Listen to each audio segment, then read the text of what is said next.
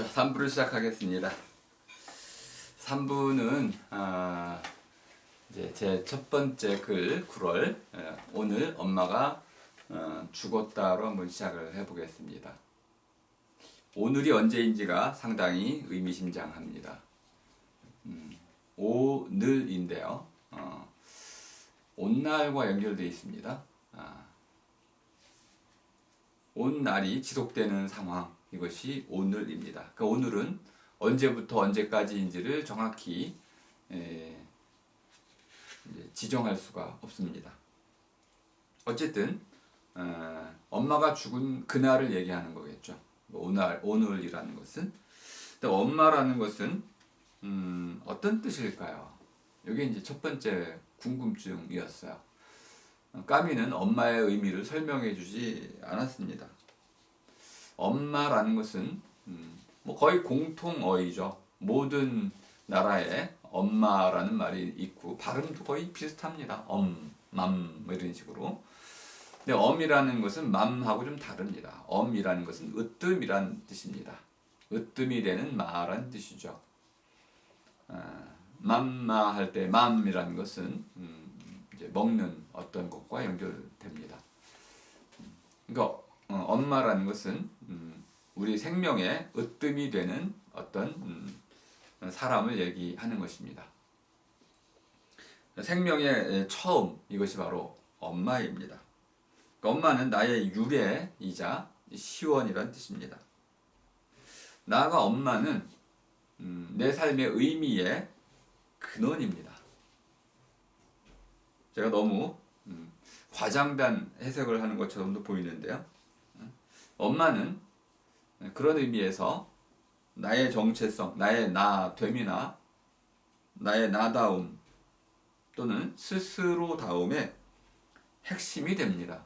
왜 제가 강조드리냐면 엄마 없는 사람은 없기 때문에 그렇습니다. 물론 이제 미래에 엄마 없이 태어날 수도 있을 수 있는데 어쨌든 아빠는 모를 수 있죠. 하지만 엄마, 물론 엄마가 또 아이를 요즘은 좀 버리기도 하기 때문에 엄마의 의미가 좀 달라지기도 할 수는 있는데요. 어쨌든 엄마라는 것은 근본적으로 나의 생명과 내 삶의 의미의 근원이 되는 첫 자리다, 처음이다, 열리는 곳이다, 처음, 열리는 곳.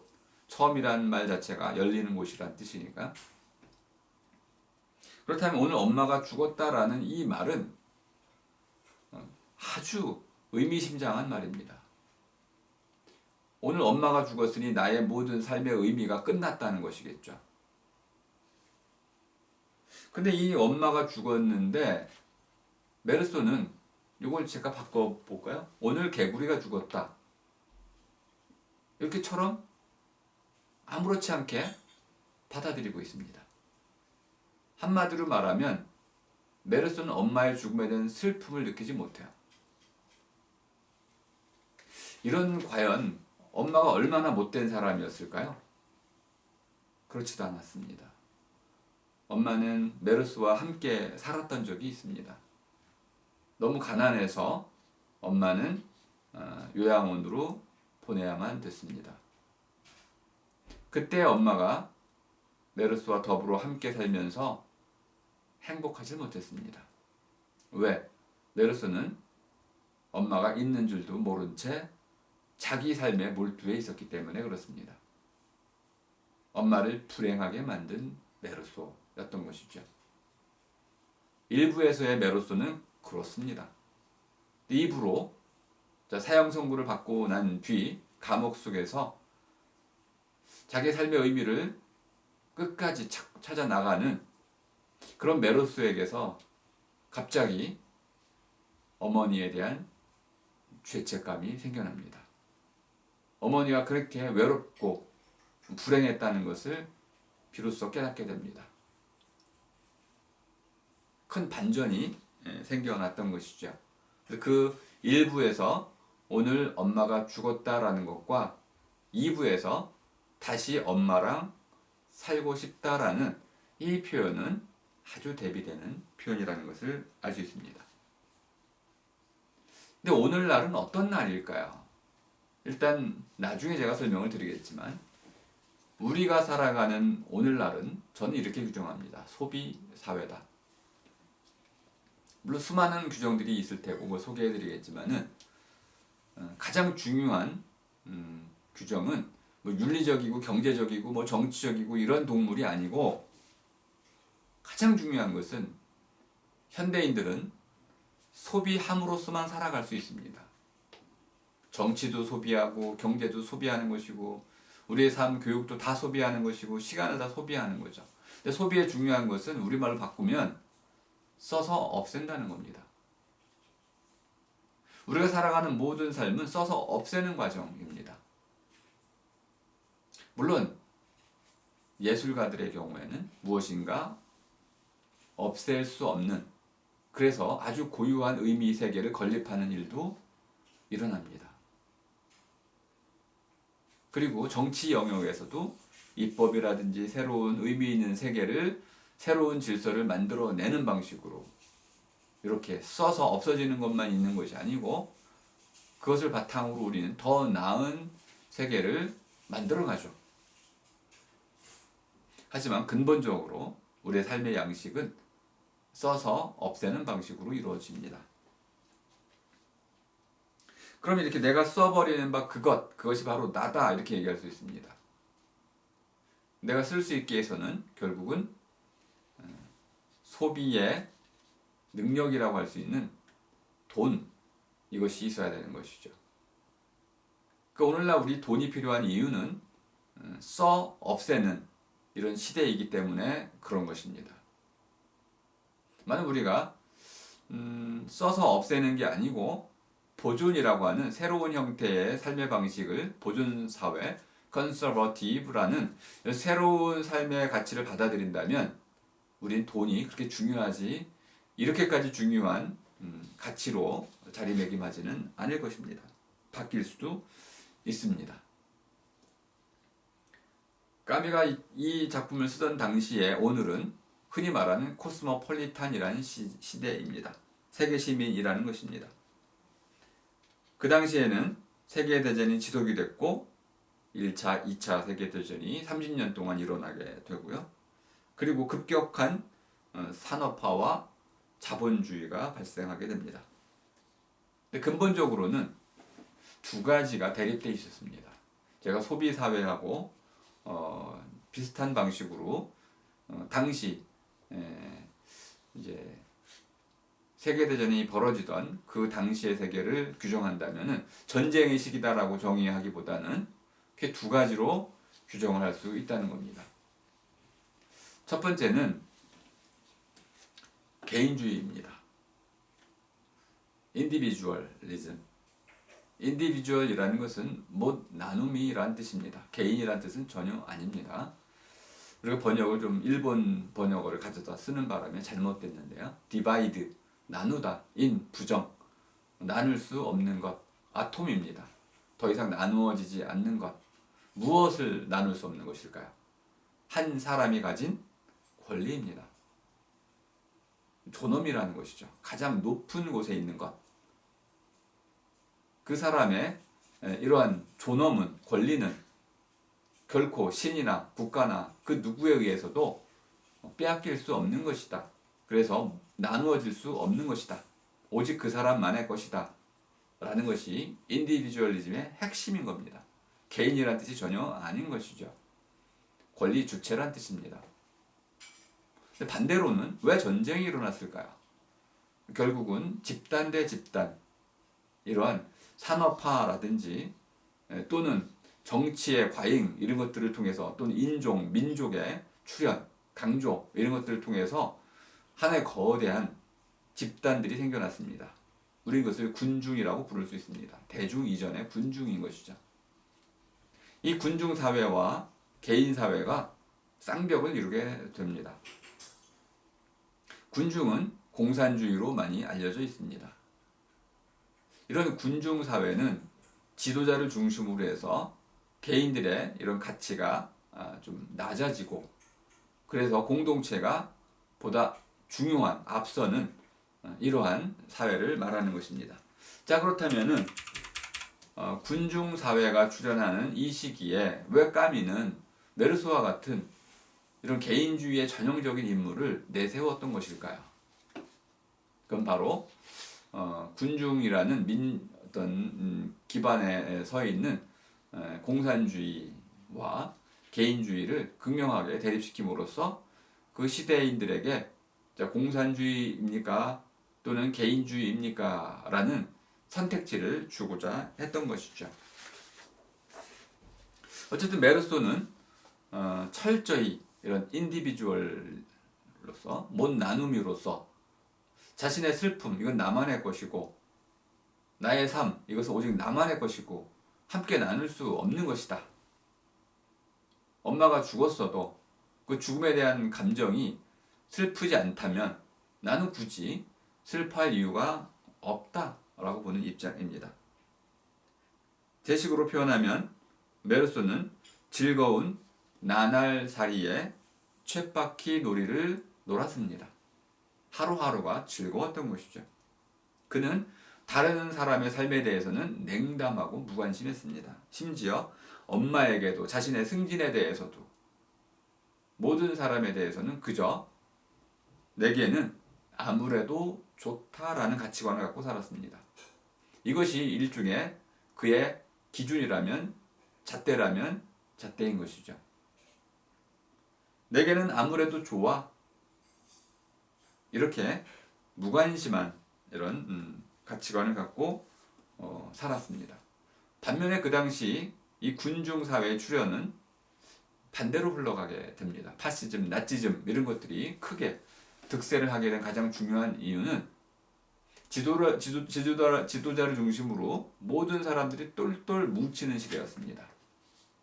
이렇게 하나의 사회적인 연극이라고 할 수 있는 사람들이 모두 똑같은 행동으로 액션, 정해진 행동을 할 때 개인 행동을 하는 이 딴 데 사람은 결국 관용될 수 없는 사람인 셈이 됩니다. 메르소는 아무래도 좋음이라는 이런 태도를 쭉 갖추고 살다가 결국 아랍인을 죽임으로써 이제 새로운 상황으로 강제로 옮겨가게 됩니다. 그 상황을 적절히 표현해주고 있는 문장을 읽어드리겠습니다. 일부 마지막 문장입니다. 그것으로 모든 것이 시작되었다. 나는 내가 대낮의 균형을, 내가 행복을 느끼고 있던 바닷가의 특이한 침묵을 깨트려 버린 것을 깨달았다. 바다는 마리를 상징하는 것이죠. 행복의 원천입니다. 하늘에 떠 있는 해는 모든 사람들을 구원해주는 이런 행복입니다. 그런데 메르소는 그 균형이 깨진 새로운 세계로 들어가게 됐습니다. 그래서 모든 것이 시작이 됐습니다. 시작이라는 것은 처음이란 뜻입니다. 처음은 끝을 향해서 나아가는 겁니다. 제가 아까 메르소는 쳇바퀴 놀이를 했다고 말씀드렸습니다. 메르소에게는 처음이 없었습니다. 그래서 끝도 없었죠. 우리가 흔히 역사를 처음과 끝이 있는 것이라고 말합니다. 메르소에게는 처음도 없었고 끝도 없는 것입니다. 태어남도 없었지만 그래서 죽음이 없었던 것이죠. 엄마가 죽었어도 그는 죽음을 이해하고 있지 못했던 것입니다. 이렇게 메르소가 발사한 네 방의 총성은 그의 삶에서 마치 불행의 문을 두드리는 네 개의 짧은 노크 소리와 같았습니다. 자, 이렇게 새로운 삶의 시작, 그리고 앞선 나날살이가 끝나고 새로운 나날살이가 새롭게 시작되는 신호탄과 같은 것이다. 자, 그래서 이제 어떻게 이 문제가 새롭게 제기가 될 것인지를 살펴보겠습니다. 이 문제는 보다 긴밀하게는 시지프스 신화라는 책에서 뭐 철학적 명상록이라고 해야 될까요? 이 책에서 아주 깊이 있게 다뤄지게 됩니다. 읽기가 쉽지 않으실 텐데요. 그 책의 핵심 낱말이 바로 부조리라는 낱말입니다. 부조리라는 낱말을 오늘 제가 아주 다른 방식으로 제 방식대로 또 저의 낱말풀이를 바탕으로 해서 설명을 좀 드릴 텐데요. 여러분이 혼란을 겪으실 수도 있습니다. 잘 따라오신다면 아마 큰 소득이 있으실 겁니다. 일단 부조리라는 말은 세 낱말로 일단 이루어져 있습니다. 아니다 라는 뜻이군요. 아니오입니다. 아니오의 반대말은 예입니다. 아니라는 것은 거절을 나타내는 뜻입니다. 이 거절은 이 안과 관련해서는 안은 나뉜다라는 뜻입니다. 그 나님은 너하고 나하고는 다르다라는 것을 나타내는 것입니다. 그러니까 아니라는 것은 다름을 드러내는 겁니다. 네가 오른쪽 하면 난 왼쪽 이런 식으로 다른 쪽을 고르는 것. 참입니까? 아니요. 그러면 거짓을 선택하게 되는 것입니다. 물론 이제 여러 개가 있을 때는 좀 문제가 좀 복잡해집니다. 선택지가 5개라면은 이것도 아니고 저것도 아니고 아니요가 많아질 수 있는 것이죠. 어쨌든 아니요라는 것은 아니라는 낱말이 나눈다는 뜻이고 그 나눈다는 것은 다르다라는 것을 뜻하기 때문에 아니요 하면은 이것 아니고 이것보다 다른 쪽을 고르는 것이다. 이렇게 이해하시면 되겠습니다. 반면 예라는 것은 이어준다는 뜻입니다. 아니오와 예는 어떤 주장이나 말에 대해서 너와 나의 생각이 맞는지 또는 다른지를 나타내는 것입니다. 아니오는 다르다라는 것을 나님을, 예는 이어짐, 같음을 뜻합니다. 그럼 이제 부라는 것은 아니오라고 했으니까 조리라는 것을 부정하는 거군요. 조리가 아니다. 조리와는 다른 것이다. 이렇게 얘기하는 셈입니다. 그럼 조라는 것은 한자를 자꾸 설명해 드려서 이 부분을 좀 빨리 넘어가야 될 텐데요. 조라는 것은 가지란 뜻입니다. 가지런하다, 가지치기, 가지뻗기, 갈래가지 또는 갖가지. 근데 이 조라는 것은 사람들이 아바피 갖게 되는, 차지하게 되는 저마다의 몫을 뜻하는 겁니다. 그러니까 네 몫, 내 몫, 뭐 A, B, C 하면은 그 저마다의 몫이 있죠. 똑같이 나눠줬을 때 그 몫, 이것이 바로 조입니다. 근데 조라는 것은 기본적으로는 갈피가 선다, 갈래갈래 가지런히 나눠 놓는다 이런 뜻입니다.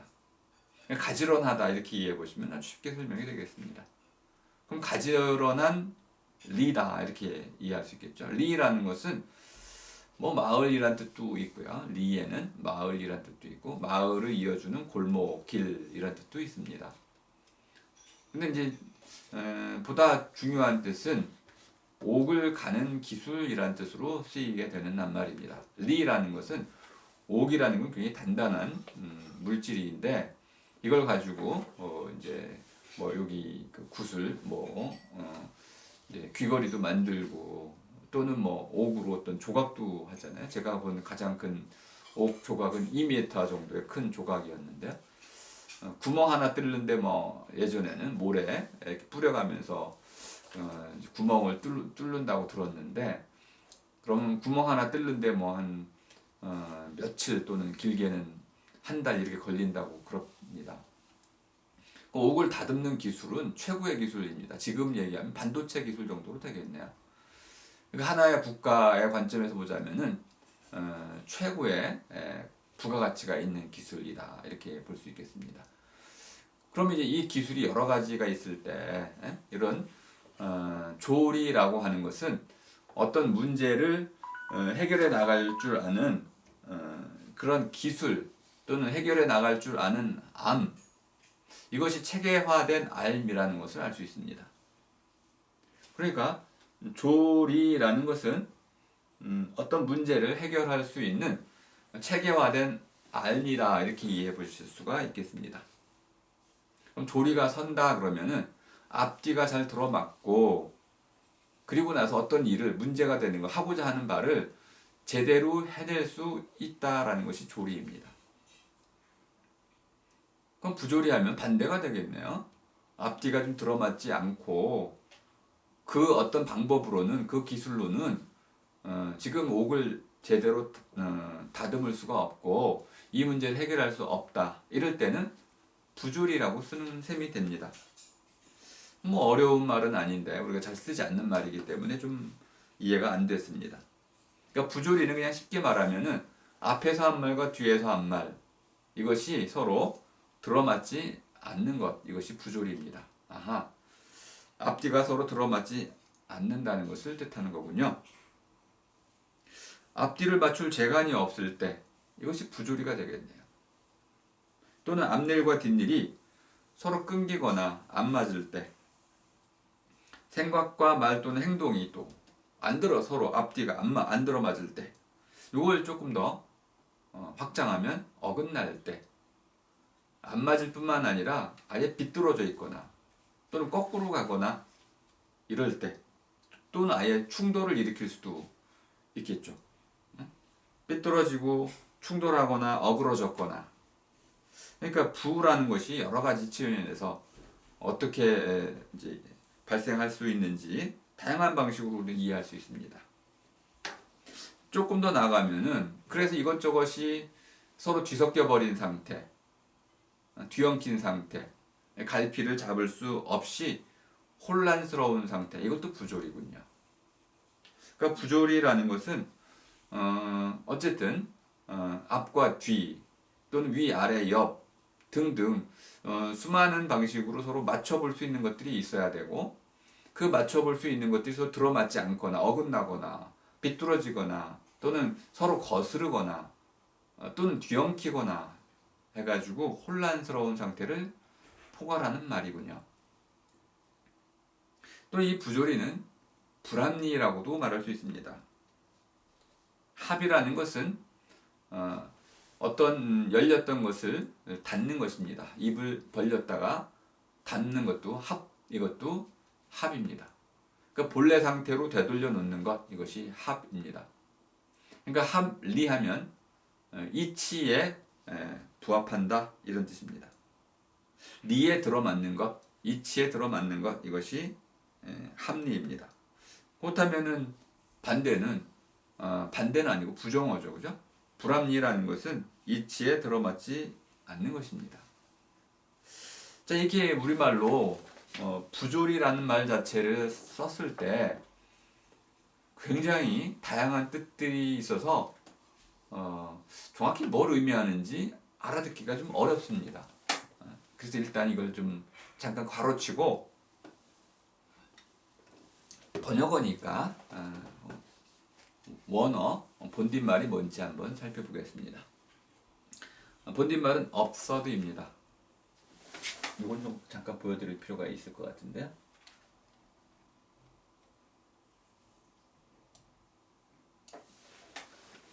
absurd 할 때 up이라는 것은 뭐 강세입니다. 그러니까 이건 크게 중요하지는 않고요. 중요한 것은 이제 absurd인데 이거는 서르두스에서 왔습니다. 이 뜻은 크게 세 가지가 있습니다. 첫 번째는 무디다. 날카로움의 반대죠. 무디다. 또는 굼뜨다. 게으르다. 활동력이 없다. 두 번째는 deaf. 귀머거리다. 들을 수 없는 사람. 또는 반대의 뜻도 있습니다. 누군가의 말을 들어주지 않는 사람. 이건 뭐라고 표현할지 모르겠는데 귀가 막힌 사람이죠. 귀가 먹은 사람이 있고 못 듣는 사람이 있고 귀가 막힌 사람이 있어요. 남이 아무리 뭐라고 말하든 들어줄 줄 모르는 사람. 세 번째 뜻은 mute, 속어. 소리가 정지, 멈춘 상태. 그러니까 스루두스라는 이 서드라는 것은 뭔가 예민하지 않은, 날카롭지 않은 상태. 감각을 잃어버린 상태군요. 귀가 됐든 눈이 됐든 뭐가 됐든 그 날카로움을 잃어버린 것. 소금이로 치자면 그 짠맛을 잃어버린 것. 또는 이것이 귀가 있어도 안 들리는 경우. 이런 것도 이제 업서드라고 할 수 있겠군요. 근데 이 수르두스라는 이 말의 맥락적 뜻도 아주 중요합니다. 이것도 한번 잠깐 두 가지로 제가 이제 설명을 드릴 텐데요. Out of tuning.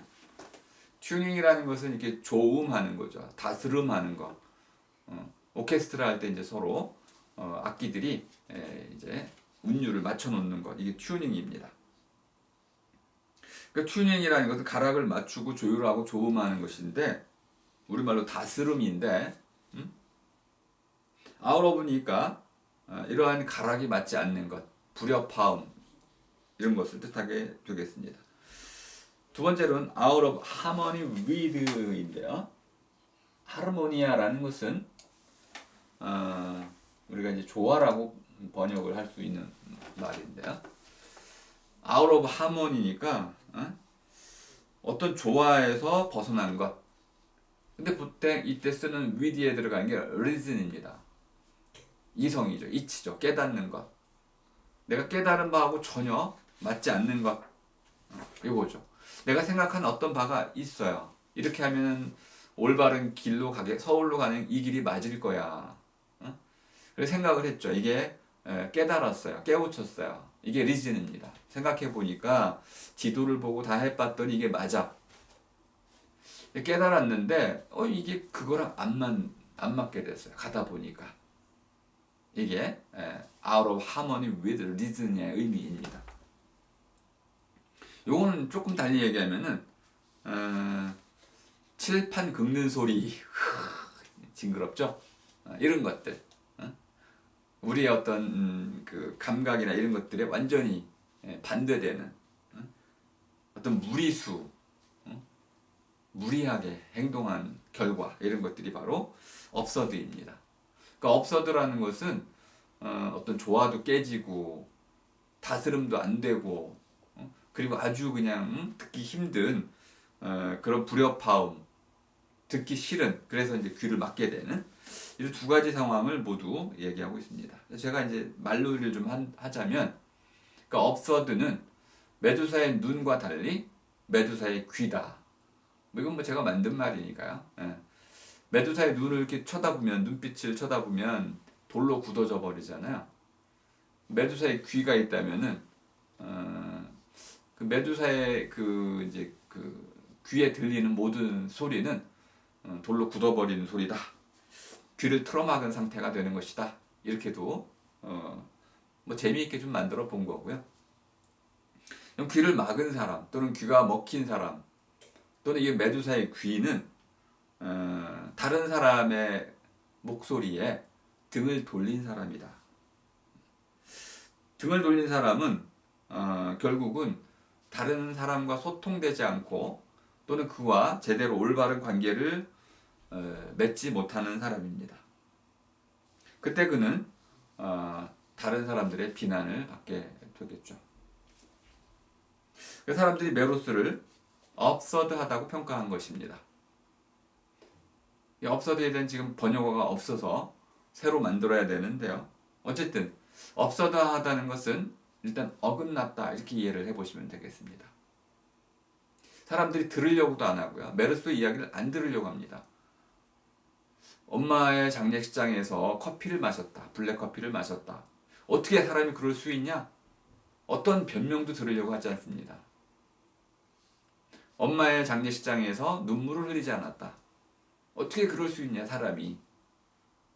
메르스가 무슨 말을 하든지 그 말을 들으려고 하지 않습니다. 메두사의 귀가 된 것이죠.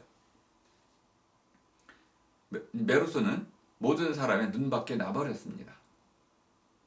이걸 중불난 사람이다 이렇게도 얘기할 수 있습니다. 그는 어디서나 사람들의 비난을 받게 됩니다. 호모 사케르가 됐습니다. 그는 다른 사람들과 딴판으로 살아갑니다.